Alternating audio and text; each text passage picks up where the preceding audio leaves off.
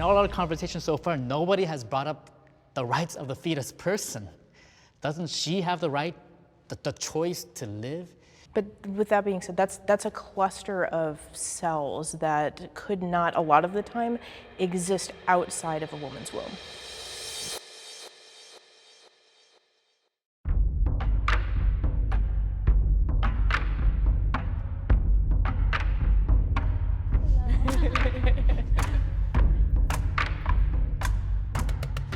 Hi, my name is Jolene. I am a college student and I'm pro-life. Hello everyone, my name is Timmerie and I'm pro-life and I talk about these issues on my radio show Trending with Timmerie. Hi, I'm Jason. I'm a YouTuber called Pastor Jason Answers. So yes, I'm a Christian pastor. My name is Liz. I work in tech and I am pro-choice. My name is Kimberly. I am a college student and I am pro-choice. I know someone who's had an abortion.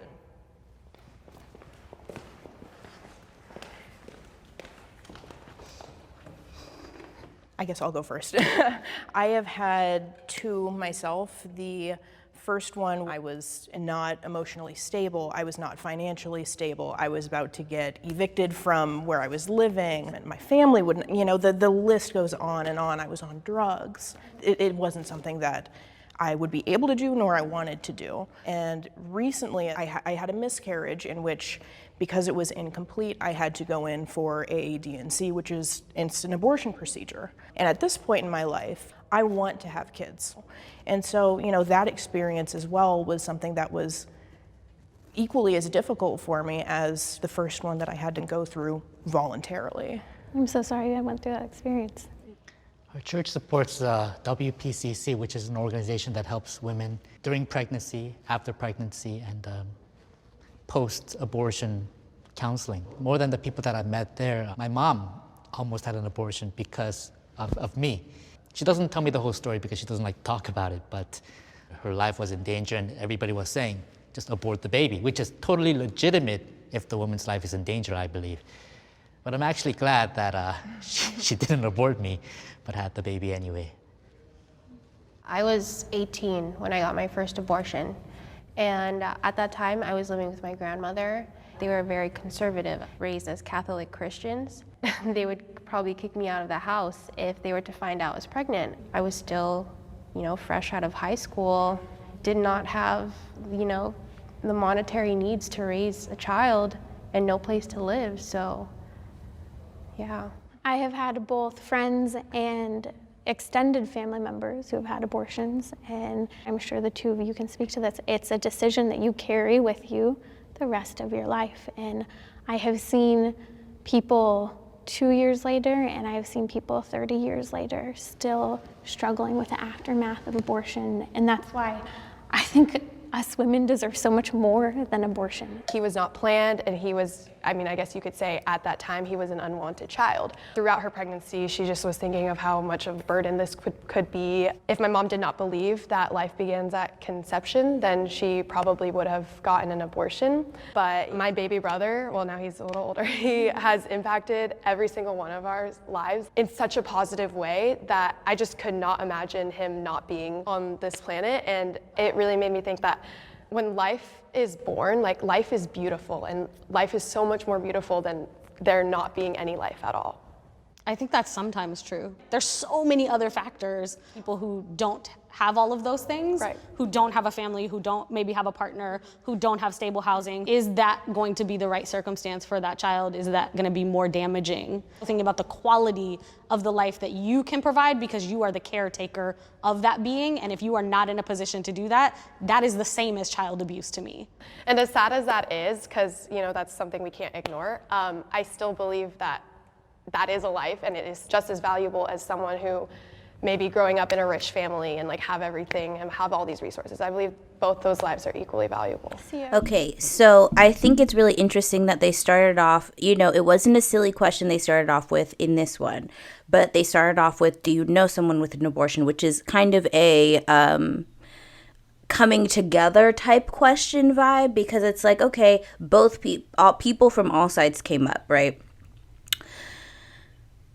Again, with the pro-choice, pro-life argument, it's about fundamentally, right, people have the right to choose what they want to do with their own body. People with uteruses have the right to choose what they want to do with their own body. So just because you believe life starts at conception and you couldn't imagine a life without your baby brother, or you're happy your mom didn't abort you because now you're a pastor, or there's crisis pregnancy centers or whatever, just because of that, to me, all of that can be true on the pro-choice side as well. You know what I mean? Which is why I skew pro-choice, because it covers all the bases. If you believe in that, you believe in pro-choice because it is your choice to decide and to believe whether or not you want to have the baby or not. Now, I feel like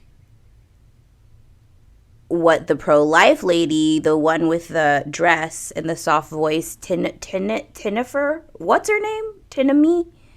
Whatever. Okay. I think she made up a really good point, which is the Margaret Sanger point, and why she created Planned Parenthood in the first place. People like to erase that from her legacy, but she was a eugenicist and a racist, and she didn't believe that Black people, Indigenous people, poor people, disabled people should have children, which is a eugenics belief process, and that's why she created Planned Parenthood. So I think she was tapping into something really good there, because for me, I'm pro-choice, and I think the woman with the blonde hair that went against that girl who was talking about her little brother, she opened herself up for that kind of comment to come after, which is also true. Two things can be true. I think that the truth is everyone who wants to have a baby should be able to have their baby, okay, and have the things that support having a healthy, well-rounded pregnancy and after pregnancy. So to me, that belief system is maternity leave paid, paternity leave paid.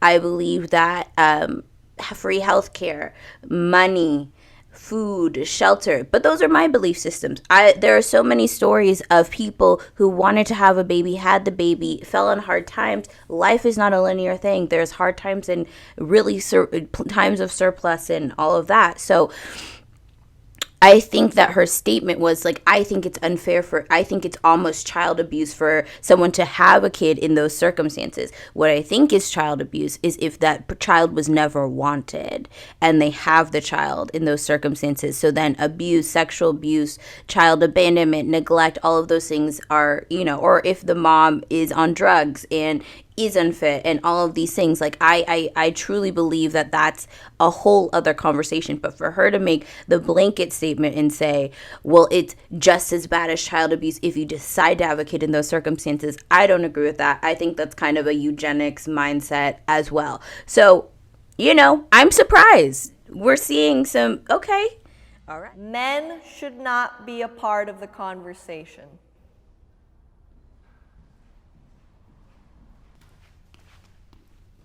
It's not a part of a man's body. It's not a life that they are personally bringing into the world. And I don't think that they should be the end-all be-all to make that choice. Well, I'm the only guy here, and sometimes, even before I speak a word, I feel judged that you have no say because it's not your body. But I have two beautiful kids. What if my wife didn't want kids? What if she had an abortion without my say, without my advice? Doesn't this affect my life too, a lot? I actually think everyone has to be a part of every conversation. Now, I don't think men should be the dominant voice in the conversation at all, but I do think that everybody has to work together to create solutions to really large issues. And so, yeah, I think men absolutely have to be a part of it, but not the dominant voice. The reality is it takes two to tango, right? I think we can all agree on that. And the chromosomes come from both the mother and the father. That baby is a part of the father as well. I mean, I guess I didn't necessarily want to say that men absolutely shouldn't be a part of the conversation. Where I see it is a lot of the individuals who are trying to make these laws right now are men. While I think that there still needs to be a conversation between a couple, I don't think that it's fair for anybody other than the woman having to go through this to make that final decision on what she wants to do with her body. As a guy, I feel like my statements are more opinions or suggestions, that it doesn't really matter. Thank you for your input, but we really need to make the decision based on what the woman feels. And I feel like I'm more of a second-rate citizen compared to the woman who has to make the real decision. Yeah, I mean, I find that that's like the one place men feel that way versus women. There's very many instances in our lives where we don't get the first say and we don't get the last say either. We're asking people permission to do things with ourselves. And I think for me, that's what's really problematic. When it wasn't legal, people still got abortions and they just died in alleys. And so is that what we're okay with as a society because people don't have access and don't have choices? I'm not okay with that. Boom. I think that was really, really eye-opening. What I liked that Liz, the girl in the hat, walked back her first statement and clarified it, because I think she made a really good point. The people making these laws are men, overwhelmingly.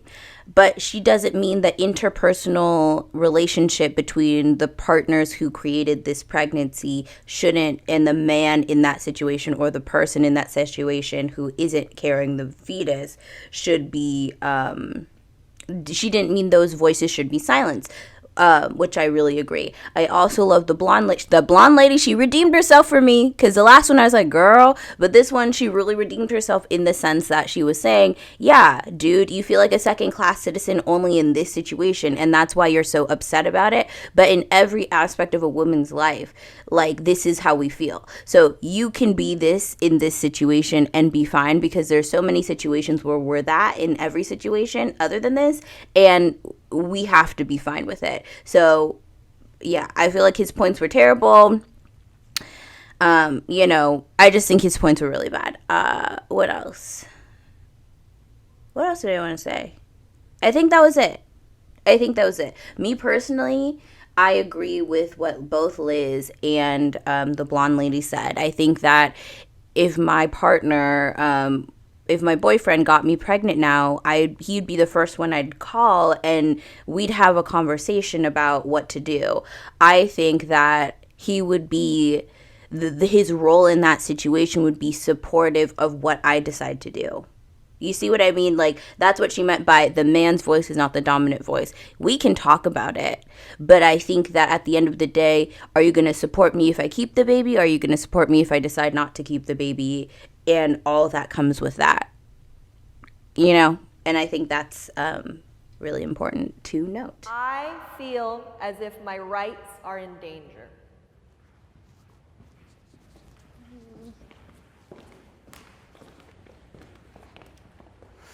Some of these laws are allowing for non-medical physicians to perform abortions and operate without a medical license. So my right to good quality health care is being diminished, but also my right as, one day wanting to be a parent, parental notification, those laws are being swept away. And so parents who love their children more than the facility workers, or at least should, right? They should be able to talk to their child before they make such a serious decision, and the parents' rights are going away. But at the end of the day, that's not their choice to make. That's not their body. And so I get where you're coming from like an emotional standpoint, but I believe that an abortion is a medical procedure, and I don't think that anybody else should really be involved other than the person that's having it. For me, I want women to have the right to make a choice. And there are states that are saying, we will make the choice for you. And that's problematic to me on an equitable level. Attaching jail time and all these things for women, I don't see the same thing happening for men. It's not the women who would be going to jail, it's people who are providing abortions that would be facing criminal charges. So I understand the fear, and I think could we agree there's a lot of media hype that's creating a lack of communication and a lack of clarity in a lot of areas. And I, as a pro-lifer, do not believe that any woman seeking abortion should face criminal charges. So heated in conversation, too. This is me chill. Well, as an American, I highly value my rights and freedom to do what I want with my body and things like that. These days, I've been reconsidering my views on gun control because, there's mass shootings and innocent people are dying. We have to do something about that. And if I have to step back and give up some rights to own certain guns, I'll consider it because innocent people are dying. And I see it as the same thing with abortion. And in all our conversations so far, nobody has brought up the rights of the fetus person. Doesn't she have the right, the choice to live? But with that being said, that's a cluster of cells that could not, a lot of the time, exist outside of a woman's womb. I guess I'm just gonna have to agree to disagree with you on that. In an ideal world, totally. If there were resources and access and support like we wish there were, I'd be like, totally, nobody should have abortions because we have a society that supports people. But we actually don't live in a society where that's true for everyone, and so that's the issue for me. Let's try, right? If you don't draw the line at conception, then where's the line? And when I hear people say, oh, like, you don't have the right to choose what to do with my body because it's my body, I feel like I do, because if you were to have a pet animal and it was in your backyard and you beat that thing to death, I feel like we all have moral judgment, and I would stand up for that. But it's not my animal and it's not my backyard, it's not my house. I still believe in my moral compass that I should have the right to speak up about it, because I genuinely believe that that is wrong. Abortion is killing human life, and so that is why I feel that I have the right to say something about it. That was a pretty crazy section. First of all, the guy, Pastor Jason or whatever, he has the worst points. Terrible, terrible takes, in my opinion. I think what the critical part that they have to agree to disagree on is that there's different perceptions of when life is, life begins, right? Is it at conception? Is it when the child is actually birthed? These are conversations that are, again, very philosophical. These are questions that you can debate upon based on different philosophers, based on religion, based on different religions, based on your personal opinion, your personal experience. I think the young girl who is like, hi, I'm filming. I think the young girl who said, if we don't draw a line on where life begins, then where is that line? And it's like, the line is when the baby is cut from my womb and in the world and crying and alive. Like, that's, to me, where life begins. You know what I mean? Literally the beginning of you entering into the world. Personally speaking, I think a lot of times the pro-life side is so alarmist. It's like, oh, yeah, like what, and the comparison to the dog and all of that. And it's just like, a baby isn't a dog. A human pregnancy isn't the same as a dog being beaten in someone's yard next to you. It's just fundamentally not. It's not the same thing. Is it terrible? Yes. Is it wrong? Yes. But are they the same conversation? Absolutely not. So I feel like they make these false equivalencies that just don't hold up genuinely. And I think that both those women who really spoke and, were really on point with what they said. I liked what the blonde lady was saying, which was pointing out, like I was saying in the last question, all the things around being pregnant and having a child that don't exist in this country. Paid maternity leave guaranteed, paid paternity leave guaranteed for up to a year. There are countries that do that with your job guaranteed back. Support for food, support for shelter, support for healthcare, support for all of these things. Money. In Canada, you get paid when you have a child. Okay, so it's just like little things like that where it's like, yeah, if we're in a utopia, okay, then we can talk this talk, but we genuinely are not. So if you aren't going to do that work now to create and legislate things that actually support pro-life things, like the gun stuff, the universal health care, access to food, access to clean water, access to a shelter, money, job, all of these things that, make a life, raise the standard of living for someone, if you're not fighting for that now, then you're not pro-life, in my opinion. You're just pro someone being forced to have a kid. You know what I mean? And I think that's the other thing. There is the birth dearth thing that I was talking about earlier that Jane Elliott explained, the clip that I put in. It's about falling rates of certain races of people or whatever. I've always felt like it's about someone's circumstances around their life at the time that they get pregnant that determine whether or not they can go or should go through with it. It's about how the individual wants and views their life personally. And that's, again, a personal choice. But I think that if people had a universal basic income, if people had access to free healthcare, if people had all of these things, access to food, access to shelter, access to these things through governmental means, personally, I think that more people would be more comfortable having children. It's about the circumstances around having children that really affect people wanting to have children or not really, in a lot of ways. And I think that, if those standards of living are improved by our society to make people feel safe to have children, then you're going to see people not have children or not go through pregnancy more and more because it just isn't safe. For me, for example, like, I've always wanted to have children, and I do hope to have children someday. But I think my generation and generations lower than us are looking at what's going on in this country right now, what's going on in the world with climate change and all sorts of things that is really affecting, okay, should I have a kid? Will I be pregnant in the middle of a civil war? Will I be pregnant when a tsunami hits California? Like, what, or a fire, or climate change just engulfs this whole country and I'm, a climate refugee while pregnant. Like, you know what I mean? Like, there's so many circumstances that are not being addressed that would make people more inclined to want to have their child if they were pregnant, And they don't talk about that, which I think is annoying. Because they're just like, well, life is life. And it's like, no, it's not.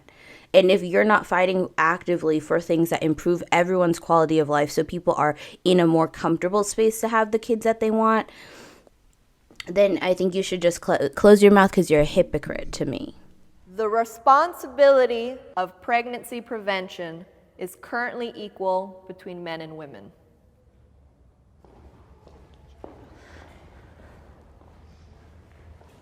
Other than in cases of rape or incest, I believe that pregnancy prevention is equal because we enter into sexual intimacy both willingly.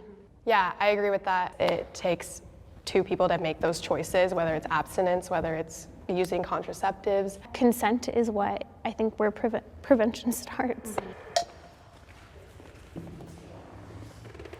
Okay, I'll admit it. As a guy, it is easier for us. I mean, even if there is a birth control pill, culturally today, we're not taking that. We're not gonna snip, and it's easier, sorry.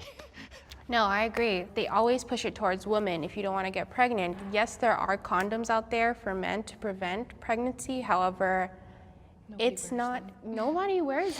Yeah, that's true. In my I won't say nobody. Some people. Yeah, right. In my But I experience, understand that, yes. men don't want to. Right. And they've also tried to come up with, various different birth control methods for men. No way. No, and that's don't the want it. overwhelming response. There's so many side effects. There's the possibility of this and that. And, I've had a friend that had a stroke because of her birth control. And I think that it's really unfair that responsibility is solely being placed on women. Well, and also if it's gonna be solely on me to prevent, then it is solely on me to make a choice thereafter. Yeah, I agree with what you guys are saying, but these conversations need to be said before any action is done for both people to understand that they are both responsible for this. I agree with you. And one of the things that I always think about in the conversation of abortion is education, right? And the education around our bodies, or just consent, right? Or just rape. All of these things are not conversations that are widely happening. I think about my own experience of sex ed in high school was taught by the gym teacher who was also teaching us driver's training. Little right? funding there. And so I think about what was the quality of the educational experience I got. And typically in my partnerships, I am the first person that my partner has encountered that is willing and able to have a conversation about sex, about birth control, about all of these things. So it's interesting that we're like, we should be having these conversations, but people don't have the emotional intelligence to be having these conversations or the emotional maturity, which is unfortunate, but it's the reality, right? And so it does leave the onus on the person who is gonna be most impacted, which in this case would be women. I really like how she tied that up. I like what she said, and it's the truth. I like that she also pointed out, like, okay, if you're admitting on your side that it's unequal in what is expected of men when it comes to contraception versus women, then if I'm taking the most responsibility and I'm the one who's taking responsibility for myself and for my body in the sense of contraception, then why does it stop when it comes to me deciding to have an abortion? I thought that was it was a point set match kind of point, and it was beautifully done. I also agree with what she was saying when it comes to education. Unfortunately, not everyone is well versed enough on what's available to them, what they have access to when it comes to having intelligent conversations, knowledgeable conversations about different types of contraception, different ways to have safe sex, being tested, all of these things. And I think that, yes, in a perfect world, like those two from the pro-life side were saying, what if everything's all consensual and not incest or whatever, and everything is said and done, and you still decide to have sex with each other, that automatically means that you have equal responsibility. That's true in ideology, but not true in practice. And if it's like she admitted after the guy came in, she was like, yeah, there's lots of stuff that has been floated around for men to have some sort of contraception. But they overwhelmingly say they don't want it. So it's like, okay, so then here lies the hypocrisy, and here lies the problem. If we know as a culture, men are less likely to be as responsible when it comes to contraception and safe sex, and women are more responsible. Not only that, but it's socially pushed towards women to have the birth control, to take the pill, to ask for the condom, to be the one that's responsible in this situation, then the buck doesn't stop when it comes to, I have an unwanted pregnancy and I want to have an abortion, in my opinion. And she agreed, and she was like, yeah, men don't want to do it. They don't want to do it. And it's like, yeah, so you're talking about ideas. They're talking about reality. And the reality is, we know as a culture, men are not big on the contraception thing in terms of trying to put a fucking tracking device in their arm because I have the Nexplanon on, or take a pill every day, or do these things that affect your body, affect your mental health, affect everything about you, to actually make sure that abortion is not necessary, or we are actually practicing in a safe sex that has equal footing. You know what I mean? And if you're admitting that, then you're admitting that the reality that these women are talking about is true. So why can't you also believe that what they're saying about abortion is also true? You know? Someone from the other side sincerely tried to empathize with me. Yeah.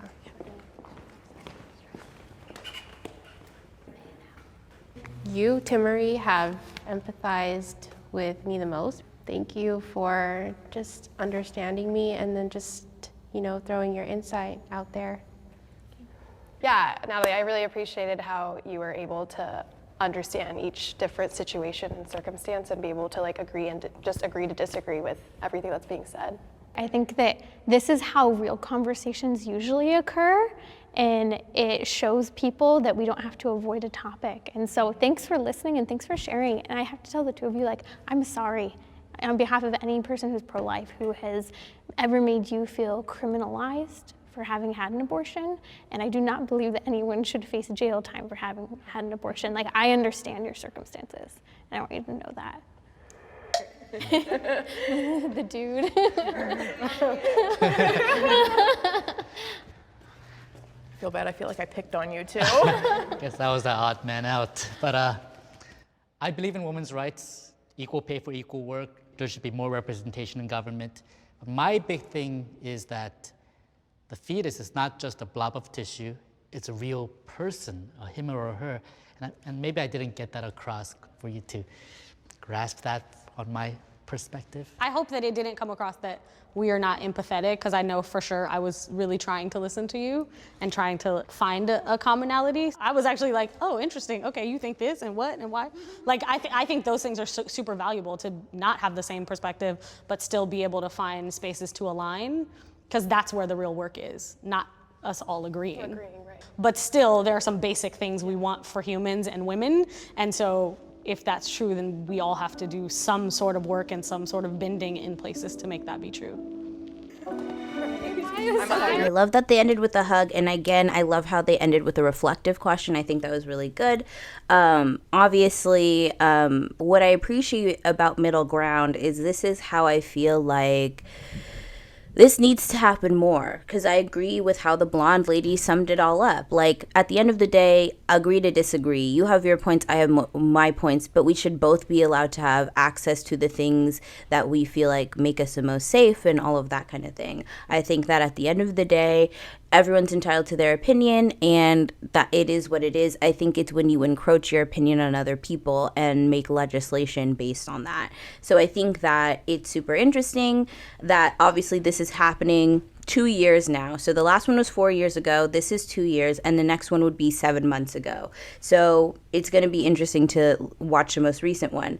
But I feel like they all end pretty sweetly and people kind of get the vibe. But I think at this point in time, though, Roe v. Wade being overturned may have been a goal for the pro-life side, but it wasn't a true reality that we thought we'd have to live in for real.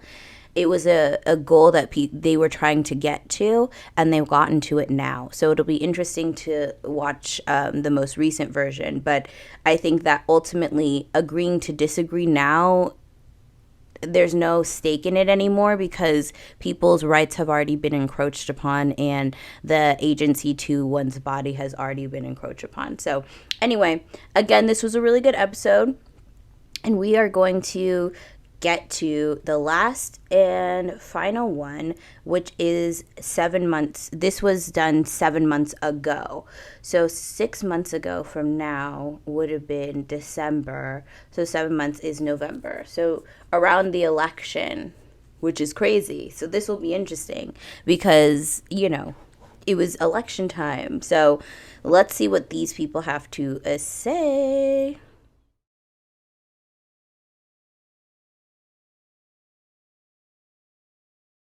Is the end goal here that abortion be illegal and it be criminalized and removed as a resource forever from this country? Is that the... Illegal and unthinkable. Illegal and unthinkable, Yes. so it is criminalized and stigmatized.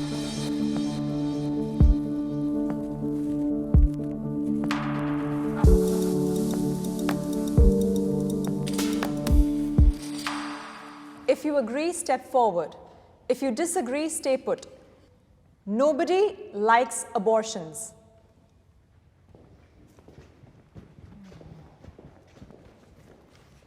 I don't think anyone likes it. I think they use it, and they might use it incorrectly from my perspective, but I don't think anyone likes an abortion. Like, they're not jumping for joy for it. I think it is a very physically taxing process to go through, and I don't think anyone would want to intentionally have an abortion. I think those who get an abortion, most of the time, it's because they need to. It's a harmful narrative on both sides of the conversation to say that women celebrate abortion. I think it creates a prejudice around women who do get abortions.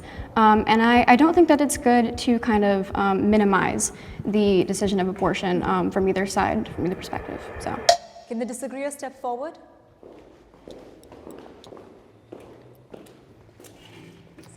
I think if you asked me this question maybe several years ago, I would have said nobody likes abortion. But I think in today's climate, it is much more celebrated. As a pro-life person, I've had people tell me that they will dedicate their next abortion to me. Instead of helping women, they will have an abortion. I've heard very similar responses to you. Things like, I'll donate to Planned Parenthood in your name. And there's other pages like Shout Your Abortion that openly celebrates abortion rights. Yeah, I celebrate abortion, and I think that campaigns like Shout Your Abortion aren't about getting in your face, But women who choose to have abortions suffer a lot of stigma and trauma from people who stand outside clinics and have grotesque images and literally, damning your soul. Abortion as a medical procedure and resource is something that I do celebrate. It's a human right, and I love abortion. My name is Rocky. I use she, her pronouns. I'm from Austin, Texas, and I am very pro-abortion. I think that legislation like SB 8 opens the door and the path towards handing over our bodily autonomy to the state. I don't understand how anyone can justify using their personal beliefs to take away the rights of others. My name's Abby. I'm from Orlando, Florida, and I'm an abolitionist of human abortion. We have to ask the question of what makes humans valuable. So because my worldview as a Christian gives me a foundation for human worth, and because I believe scientifically fetuses are human beings from the moment of conception, I am against abortion. Okay, so the question was, something about, do you believe that people celebrate abortions or should celebrate abortions or whatever?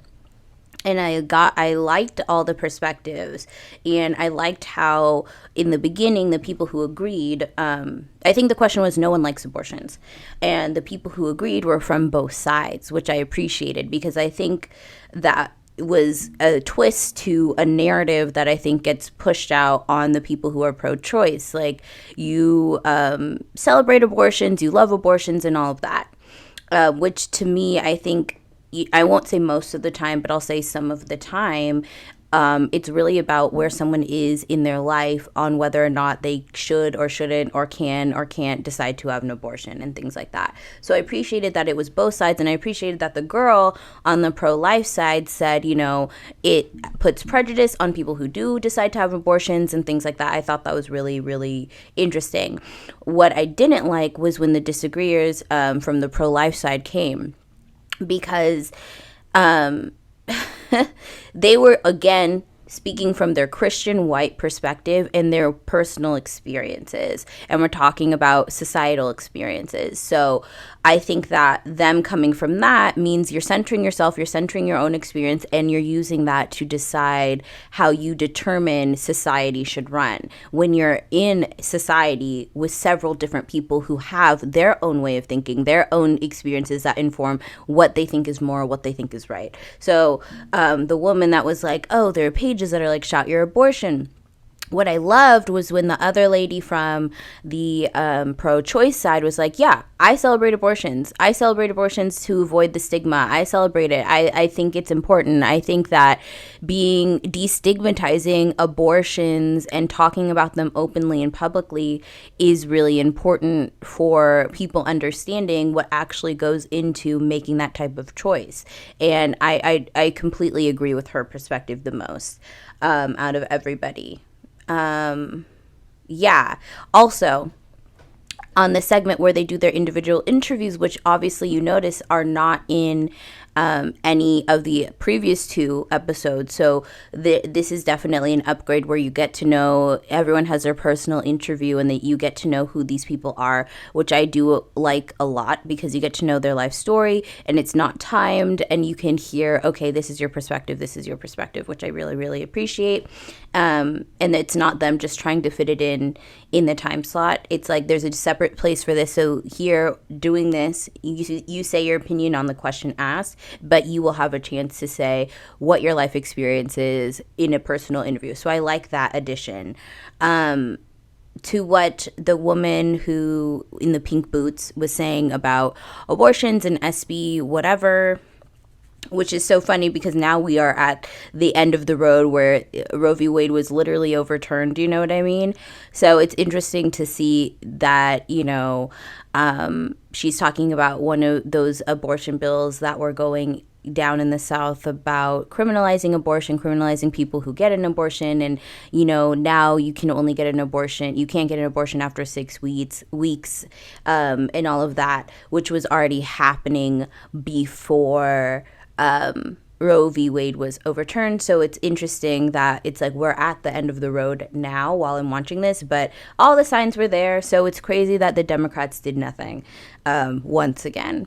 The other lady who said she's an abolitionist for abortion, I think she's, to be fair, she, again, like the original blonde lady in the first one, brought in instantly her Christian beliefs. And again, that to me is already a null and void point, because in a country that's supposed to be secular, you being Christian means nothing to me.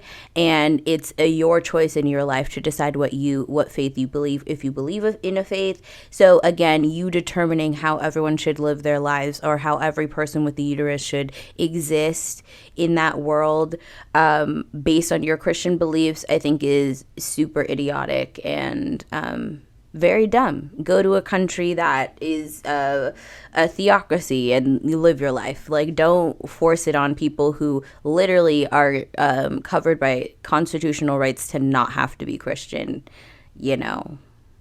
Anyway. Biological fathers should have an equal say in abortions.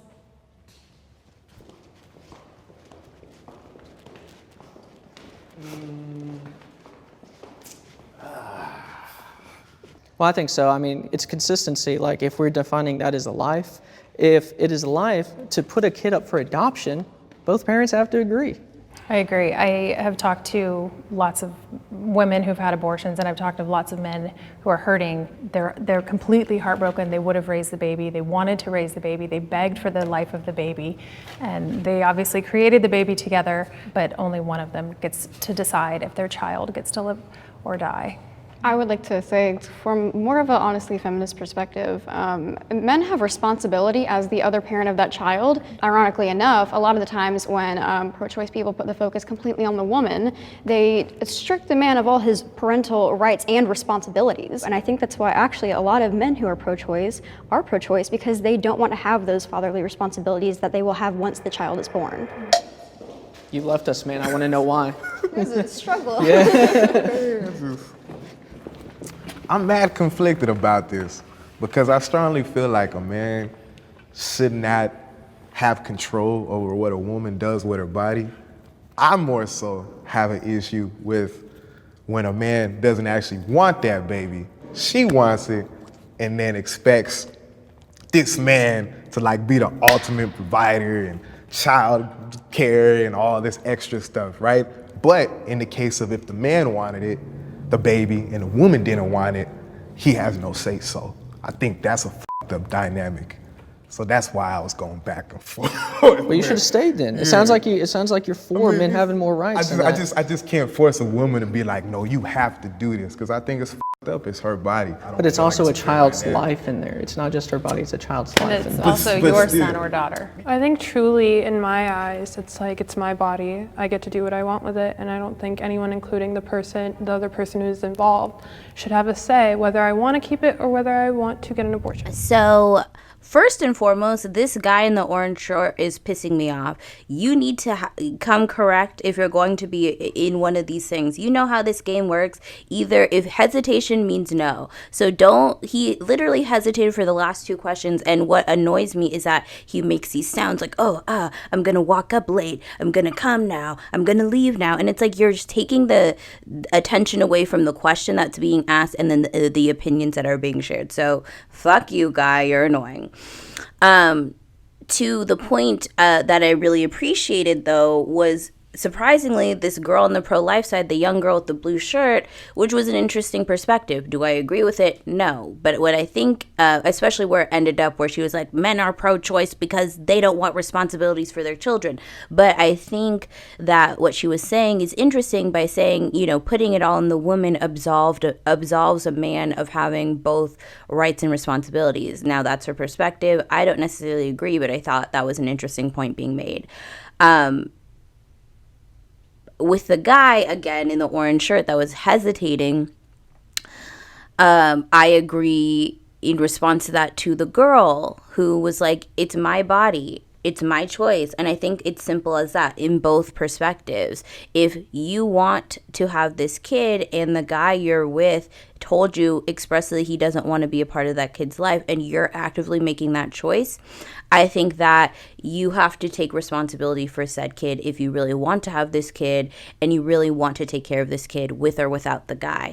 I think what gets a lot and vice versa with the abortion, because you're the one who's actually going to be pregnant. You're the one who's actually going to have this thing grow inside of you. So it's to me, ultimately, it's up to you whether you want your life to change in that way or not.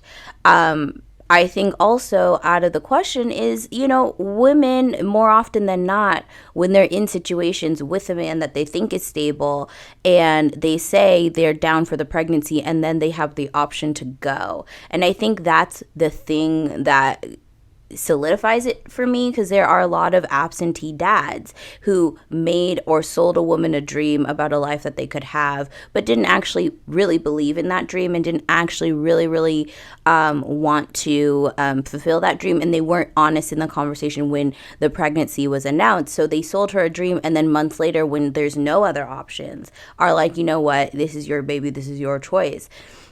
So because men always have the option to walk away, whether the woman's 9 months pregnant or 1 month pregnant or somewhere in between, they can always get up and find, it's shameful in my opinion, but they always have the option to leave and not be an active participant in the baby's life, which is why I think fundamentally it should be the woman's choice whether she has a baby or not, and solely her choice, because at the end of the day, it is really her life that will be impacted.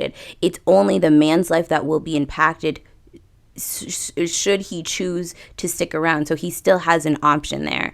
And the woman, after a certain point, you don't have an option. So I think, that's why I believe what I believe, personally. My name is Asher, currently reside in Las Vegas, and I'm for pro-abortion. I used to be against abortion until an unwanted pregnancy happened to me. If you know for a fact that you're not even gonna be the best parent for that child, or you can't provide for that child, or maybe you're just fearful and don't wanna pop a child out of you, or just whatever reason that you have, I feel like you shouldn't have to go through with that. You still have that choice over your life, your body. So in terms of Asher's point, as expected, he didn't believe in pro-choice until it affected him, which I think is a lot of men. He still annoys me. Anyway, moving on. I have had an abortion. A few months ago, I found out that I was pregnant.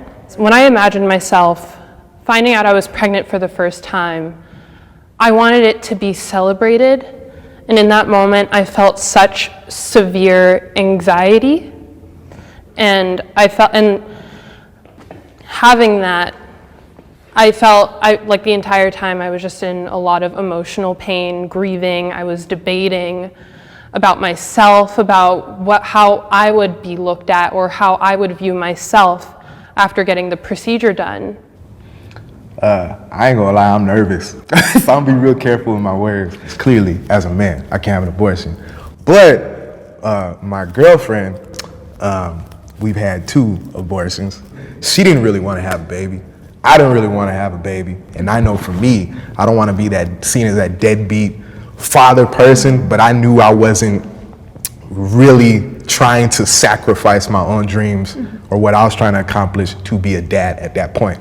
I think that's definitely one of the biggest things to consider, because I wasn't in any kind of position to be a mother, So it's I want to get my shit together before I can have a baby and give it a life that it deserves.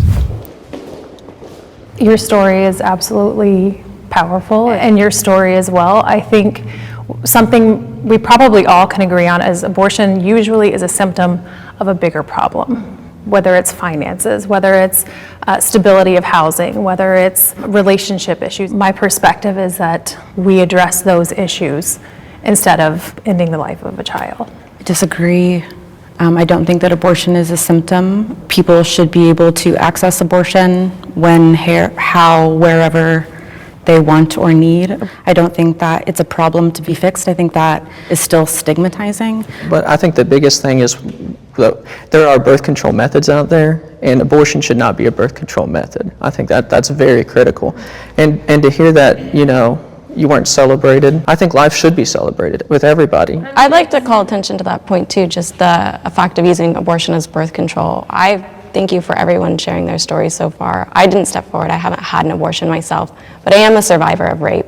I was on birth control at the time, and I still made the decision with my medical team that birth control is not 100% effective, and I wanted access to emergency contraceptive to take on top of that. And had that pregnancy or any of those methods failed, I would have chosen to have an abortion, and I'm very grateful that I had access to those resources, and I'm so mindful that there's so many women who don't. Well, I think it gets down to the heart of the issue here. What is the unborn? Which scientifically the embryo is from conception, a living whole organism with distinct DNA. As a Christian, I come from a worldview that says that every human being has dignity and worth. Not to disrespect any religion in general, but in my eyes, that's just pushing a belief onto someone rather than actually stating a real concrete fact. So scientifically, I'm pro-life because of science, not because of religion. But scientifically, I believe that life does start at conception. I don't think it makes sense to put life beginning at any other place during pregnancy. Doing so usually ends up saying that an already born person isn't alive, such as consciousness, heartbeat, etc. There are many pro-life people here from the science perspective who are not led by religious motives at all or partially. Okay, so let's get into it. First, I really appreciate, I think she's so cute with the hand warmers, her story, and her story was great. The other lady's story, that's great for you. Again, great for you. Thumbs up for you. It worked out for you. You have a child. You're happy. You decided to keep the baby. You decided that it was worth it to sacrifice, even though it wasn't unplanned. Again, hats off to you, but that's not everyone's experience, just like the other lady. So I think that that's important to note. I think that what the lady who was talking about how she decided not to go through with the abortion, that the issues with abortion is a symptom to bigger problems like finances or lack of stability and this and that. I liked what the pink boot lady said too, and was just like, no, because that's still stigmatizing. People get abortions who are financially stable. People get abortions who are in loving relationships. People get abortions in all sorts of circumstances. Mind you, remember in the first iteration of this that we watched, the black girl who said, I would get an abortion because I don't want to have my own kids. I want to adopt kids. There are many different circumstances that aren't just attached to rape, incest, or financial means that provide that people don't want to have, that people go through with having abortions. People who are married have a lot of abortions because they don't want any more kids. Like, all of these things are factors. So for her to say that was, I think, in general, pretty stigmatizing. And I like the fact that Pink Boots calls it out and is just like, it is fine for anyone to get this procedure at any time for any reason. And I totally wholeheartedly believe that. Again, we had the Christian lady saying that she believes Christian, life happens at conception because the embryo has its own distinct DNA or whatever bullshit. And then there was a science girl that's like, I believe it, but it's through the science perspective that at conception it's a life. But to me, it's like, but you say you believe it. This hasn't been a concrete fact, which is what the pro-choice people are expressing. You still are believing in faith-based situations if you believe that the life is starts at conception. Even if you think you're believing it for science-based reasons, you're believing it for faith-based reasons because you're saying, I believe. This is not a concrete fact. This is not a universal fact because every person has a different moment in time when they think that a life is a life is a life. I believe it's at birth, personally speaking, because to me, if you took that embryo out and it would die, it has to live off of me to survive for 9 months before it can live on its own. That to me is the life, personally speaking. If you would die without me, you're not fully formed yet. You are not a life yet, in my opinion. I am Ayala. I am 18 years old. I am from Charlotte, North Carolina, and I am anti-abortion. One misconception that I deal with pretty frequently is that we're all Christian white old men, and as a Jewish woman, younger, I really want more voices like mine to be seen in the anti-abortion movement because I think we have new perspectives that would help kind of bridge the gap and have us find a little bit of middle ground between our two opposing sides. Going off of her point, I do appreciate her perspective. In the first two questions, I was like, wow, this is a really interesting perspective to have. Very, very interesting. And that's okay to have that perspective. To me, that's fine. But don't push it on other people, period. Moving on. Abortion is murder.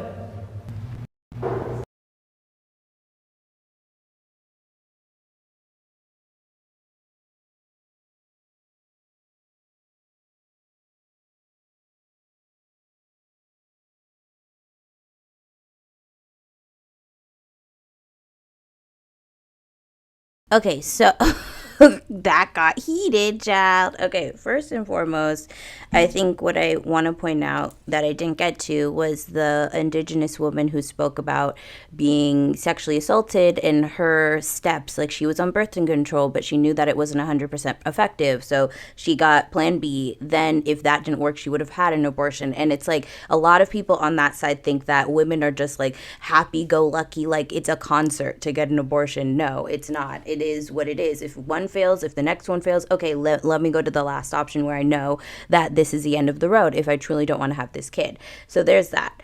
I wanted to point that out because I thought that was a really beautifully stated point, because this guy was saying, his dumb shit about how women are using birth control, abortion as birth control, which is not true.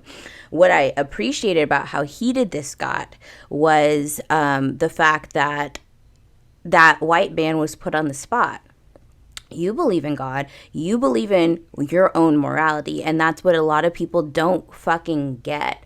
Your own moral compass is created, designed, and made by you in your image. And how is it made? Based on your life experiences, based on religion, based on what you've gone through, based on the people in your life, based on what you've seen. It's an individual thing, as individual as a thumbprint is a moral compass. So to put on and say, well, we decide what's right and wrong based on morality all the time.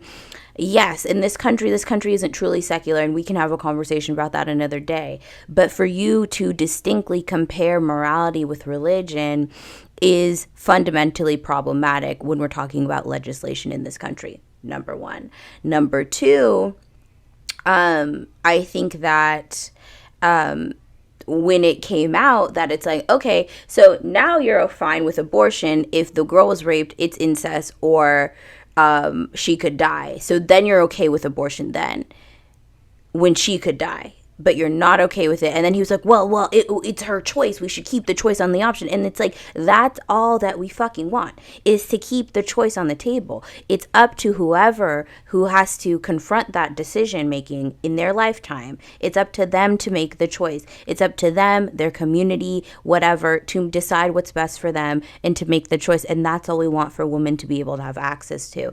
You agree to pro-choice when it comes to, well, you agree a woman should have a choice only when her life is in danger, or she was raped, or it was incest. But you still agree that she should have autonomy over her body in those situations, but you just fundamentally don't believe the average woman should have autonomy over her body. Make it make sense. My name is Sebastian King, and I am anti-abortion side. My mom had an unplanned pregnancy because she was taken advantage of from the time she was 12 to 15, and she was in and out of state custody, and a judge even encouraged her to have an abortion and told my mom that she won't amount to anything in life if she goes through with this pregnancy. Because she chose life.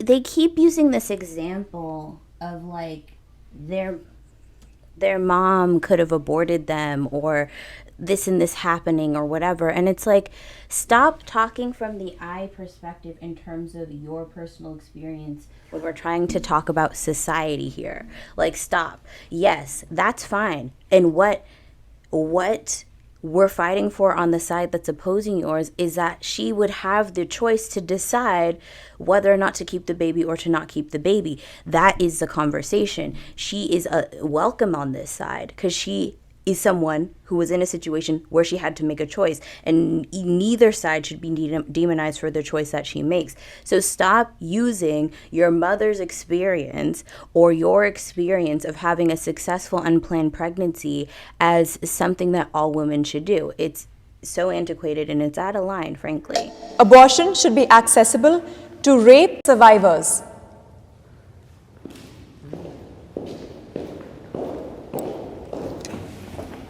If you're pregnant from your brother or your cousin or your father, especially if it wasn't consensual, or even if it was, you should still have that option to abort the baby. And especially if you've been raped, there are some people who have that thought like, oh my God, like what if when I look at my child, I relive that trauma? Just a reminder. And not saying that's how all rape victims view it, but it's just like some women have that fear.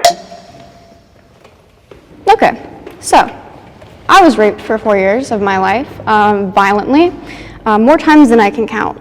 And I did get pregnant when I was 15. My rapist threatened me with abortion multiple times, used that as a tool to keep me in his power. If he had the power to terminate evidence, he had power against me. I did end up losing her, but I wanted her very badly. I named her Rahel, which is Rachel in English.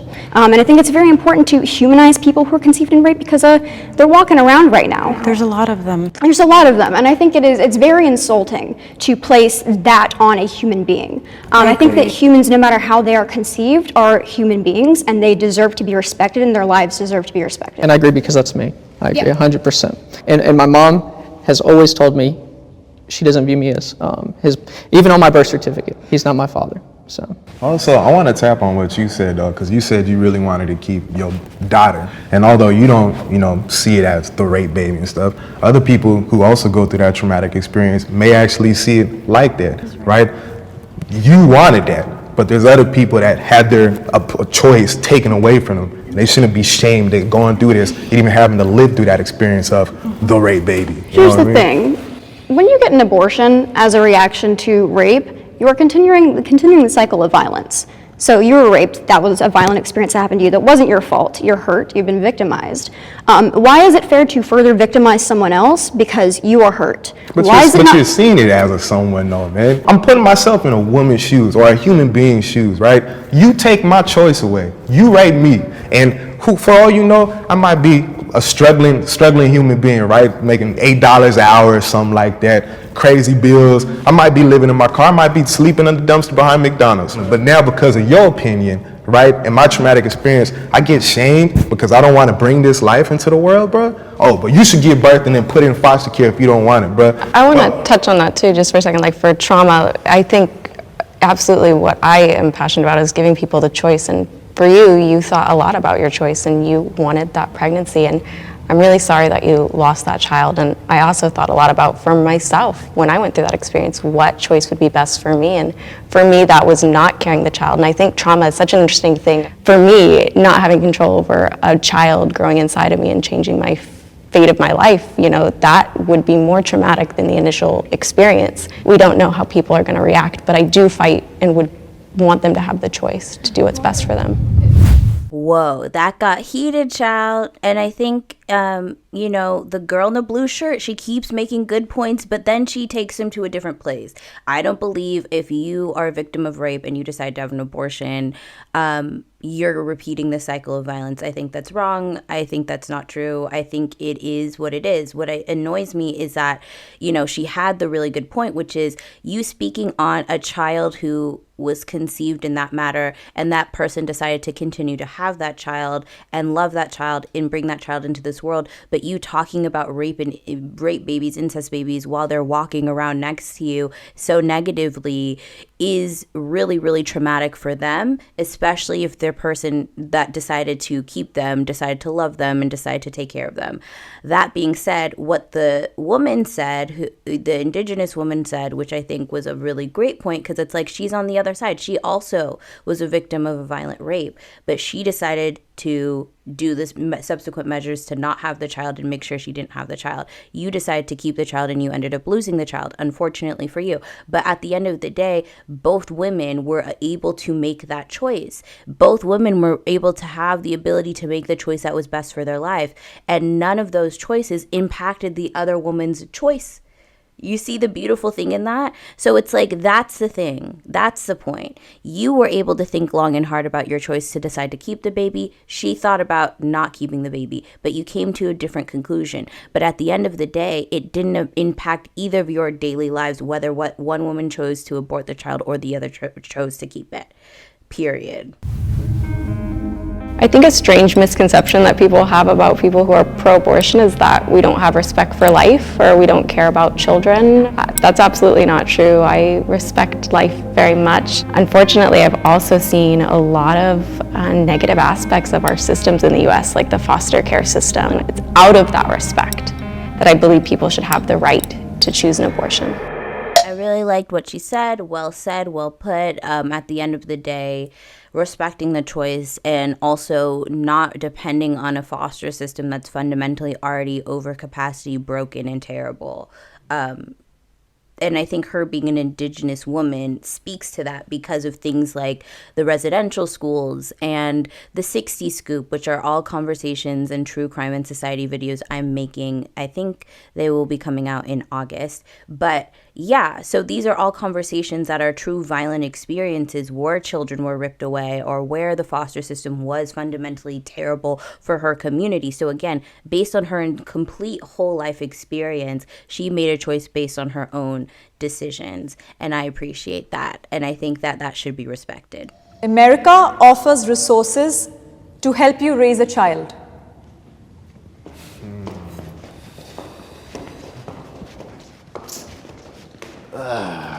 There's tax benefits to having children. I think there was also, in the latest round of COVID money, there was funding for women who've had children. Yeah, and there are so many Christian charities and so many different organizations that want to help women, and the resources are there. Also, government resources. There are government resources that help you take care of children. Are there enough? That is a different question. I was basically just agreeing with what you said, because Section 8, food stamps, free health care, school programs and whatnot. Like, there are resources. Are there enough? That's how my mom survived when she had me, because of government assistance. So that's the only way she made it, because of that. I have been a pregnant teenager, and I've also been a teenage mother on welfare and unemployed. The number of resources that are available state to state is something that is atrocious.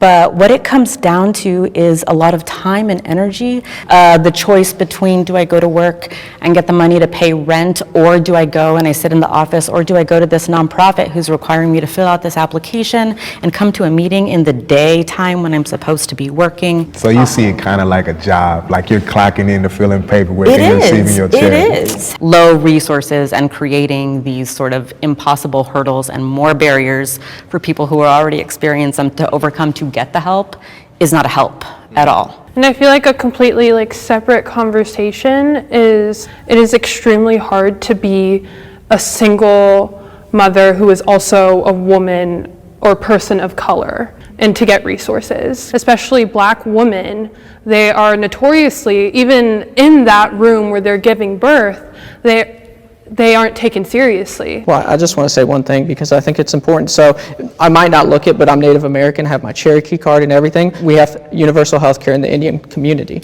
And when she went to have me as a child, they told her in that universal health care system that she's not allowed to have pain medicine because that's a luxury. So she got it through government assistance. So that's a big deal that the United States is more for than the Native American community. That is I'm glad we're discussing. a low bar. No, I'm not saying that's acceptable. I'm not saying that's acceptable, but I'm saying It exists. It exists. That story exists. But there are literal reservations out there that do not have water, do not have electricity, do not have internet. That is in 2021. Are those not resources to raise a child? So let's Why address is the government that not instead of killing the to baby. say that the government? The question is, does the government provide resources? No. Does America provide resources? No. That's unacceptable. Ooh, this got heated, child. So there are lots of points that I thought were important. Are there resources? Yes, some. But the problem is nationally, state to state, it really depends. What I didn't appreciate was that redhead Christian lady who's just like, I'm a Christian every 5 seconds. what I didn't appreciate about her perspective was there's Christian charities. And it's like, some people don't want religion. So to be forced to be indoctrinated in a Christian space in order to get help, again, isn't help, like the girl with the pink boots said. Like she said, she was a teenage mother, okay? So if I have to choose between working to put food on the table and pay rent, going to this meeting, to this Christian place to fill out an application for them to maybe not approve me, and also sitting in an office to get the benefits that I need during the daytime that I should be working to try and provide for my child, is atrocious. On top of that, childcare is not covered in this country. Universal health care is not covered in this country. Yes, in certain economic situations, but there are so many people who are just right above that economic line and they make too much money to even qualify, but it's not enough money to support a full household with a child. So yes, there are benefits. Are there enough? Are they actually helpful? Are they actually impactful? Are they actually enough to really provide a good life for a child? I would say no. There is access to benefits, unemployment, SNAP benefits, welfare, all sorts of things like that, of course. But at the end of the day, the rules to be able to meet that bar, that's a whole conversation in and of itself. The access to get those things, to know how to get those things, is a whole conversation other into itself. But the resources fundamentally should just be given if you're having the child, no matter the fuck what. And at the end of the day, that's not how it works in America, and it's much harder than people say. Yes, there are resources. People say, yes, there's resources. Yes, there's resources. But the access to such resources is the problem. So you can say it, yes, like if there is a Christian charity that'll help you, sure. But do you know the actual application process of that Christian charity?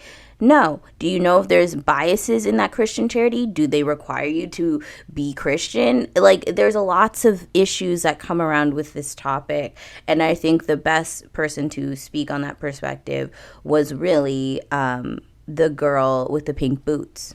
And also the indigenous girl who was like, and also there are reservations now today without running water, electricity, internet, all of these things that also after the child is born would be required to raise a fucking kid. So are those not benefits that need to be given out? Abso-fucking-lutely. So it's not just the food or the shelter or the healthcare. It's also the access to internet, the access to running water, the access to livable conditions. And like she said, some reservations have that reality, and that's just the truth. So I'll make this really quick because my phone's about to die. That was so interesting. The conversation about the clump of cells that got heated and then interrupted. To me, life starts when you birth a child. That is point blank, period. To be like, well, isn't it still a clump of cells? Yes, it's a clump of cells that can live and survive on its own, outside of being attached to my uterine wall. So yes, I believe it starts at birth. So I think that's a false equivalency, 1. 2, I really am tired of the rhetoric that women who get abortions or need abortions or whatever are just deciding when they're 9 months pregnant to get an abortion. Those situations are usually the baby has died, the woman's gonna die, there is something they didn't discover early on about her pregnancy that makes it non-viable, and that is disgraceful to clump people who have to have an abortion procedure in that situation as somebody who is just getting abortion and decided not to have commitment to the child that they may have really wanted. So I don't like that rhetoric. Really, gray area here. We love to live in the gray area. The girl in the blue shirt, she really broke off some knowledge and was just like, yo, our side, the response that we get from the pro-choice side is usually because we are whiling, and we need to stop whiling, and we need to come to them with love and come to them as another option. And maybe we would get more flies with sugar than vinegar. What is it? Honey than vinegar. I don't know what the saying is. So I really appreciated that fact. I did not appreciate that white guy's fact about like, well, if they believe it's a murder, they're passionate. And it's like, yeah, but at the end of the day, you should be talking about this as another option and coming at it from that perspective, and not coming at it from a perspective of you're a murderer. No, because fundamentally you're not. And that's what I believe. But that being said, Thank you so much for watching this video. I have a lot of thoughts on Roe v. Wade, and as you requested, I did all 3 of the Jubilee episodes, so that was super fun. And if you have any other suggestions, comment on my community tab. I'm very active on my community tab. I'm very active on my TikTok. All my social media links are in the description box below. And as well, I will link resources for what's going on with the Roe v. Wade situation in my description box below as well. But that being said, subscribe to my channel if you like this video, and you're new here, comment, like this video, say your opinion below. All opinions are welcome. It's cool, whatever. If you're returning, love you. Thank you for coming back. Thank you for supporting me. We are almost monetized, y'all. We're almost there. So thank you for all the support that I've gotten in the past 5 months of posting videos. I feel really blessed and happy. So that being said, all I have to say is Black Lives Matter and free Palestine until it's backwards. Love y'all.